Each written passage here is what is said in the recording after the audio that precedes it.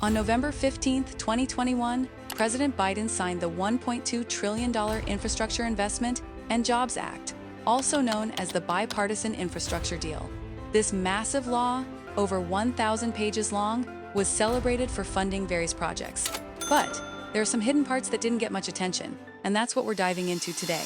First, let's talk about Section 130002, titled the National Motor Vehicle Per Mile User Fee Pilot. This section introduces a program to test charging drivers based on the number of miles they travel. Currently, drivers pay 18.4 cents per gallon of gas in federal taxes, plus additional state taxes. Instead of just raising the gas tax, Congress wants to test this per-mile fee, which raises some serious privacy concerns.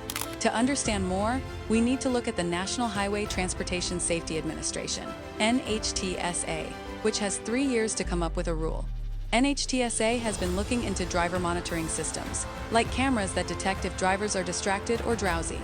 So, it's likely that, in the future, cars will have driver-facing cameras to monitor drivers for impairment.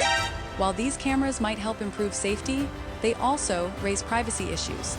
The data collected could be misused, raising concerns about surveillance. So, what do you think?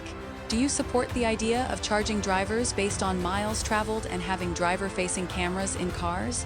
I'd love to hear your thoughts in the comments. This video is brought to you by LegalRegistration.com, the #1 online incorporation service provider. If you need help, visit LegalRegistration.com or call 877-955-7111. If you enjoyed this video, give it a thumbs up and consider subscribing to our channel. Thanks for watching.